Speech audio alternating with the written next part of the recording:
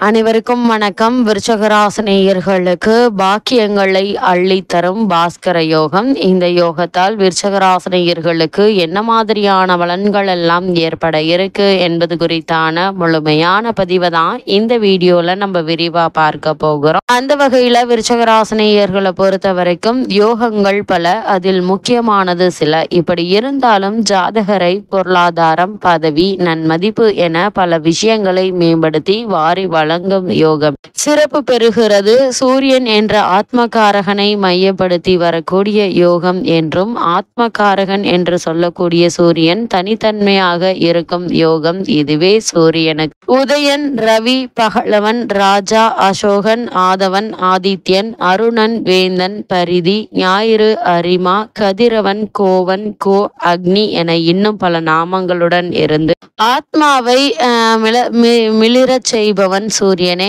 அப்படிப்பட்ட சூரியனின் யோகம் பெரும் ஆற்றலுடன் கூடிய ராஜ யோகமாக பாஸ்கர யோகத்தை ஜோதிடம் சொல்கிறது. அந்த வகையில் இந்த பாஸ்கர யோகம் அப்படின்னா என்ன என்று பார்க்கும்போது, சூரியன் நின்ற பாவகத்திற்கு 12ஆம் பாவகத்தில் சந்திரனும் 2ஆம் பாவகத்தில் புதனும் இருக்க வேண்டும். மேலும் சந்திரனுக்கு கேந்திரங்கள் என சொல்லக்கூடிய லக்னபாவம் 1, சுகஸ்தான பாவகம் 4, கலத்திரஸ்தானம் என்ற பாவகத்தில் 7, கர்மஸ்தானம் என்ற பாவகத்தில் 10 வியாழன் என்றிருப்பதும், சந்திரனுக்கு திரிகோணங்கள் என சொல்லக்கூடிய லக்னபாவம் 1, பூர்வ புண்ணிய பாவகம் 5, பாக்கிய பாவகம் 9 வியாழன் இருப்பதும் பாஸ்கர யோகமாகும். இந்த யோகத்தால் என்ன மாதிரியான பலன்கள் எல்லாம் விருச்சகராசினியர்களுக்கு ஏற்படும் என்று பார்க்கும்போது, பகைவர்களை வென்று வெற்றி பெறுபவனாக இருப்பார்கள். கூடத்தை தலைமை தாங்குபவனாக இருப்பார்கள். கோவில் கட்டுதல் போன்ற பாக்கியங்கள் பெற்றவனாக இருப்பார்கள்.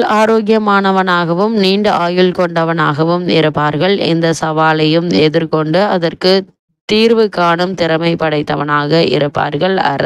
அரசியல் தலைவர்களுக்கு இந்த யோகம் இருக்க பெற்றால் சிறந்த பண்புடையவராகவும் நேர்மை உடையவராகவும் இருப்பார்கள். பாஸ்கர யோகம் மேம்பட என்ன செய்யலாம் என்று பார்க்கும்போது, தினமும் சூரிய நமஸ்காரம் செய்வது சிறப்பை தரும். சூரிய நமஸ்காரம் என்பது சூரியனை நோக்கி வணங்குதல் மட்டும் இல்லை, யோக பயிற்சியுடன் வணங்குதல். சூரிய ஒளி உடல் மீது விழும் வண்ணம் இருக்க வேண்டும் என கூறப்படுகிறது. அது மட்டுமில்லாமல் ஆதித்ய ஹிருதயம் பாராயணம் செய்வது மேலும் சிறப்பை தரும்.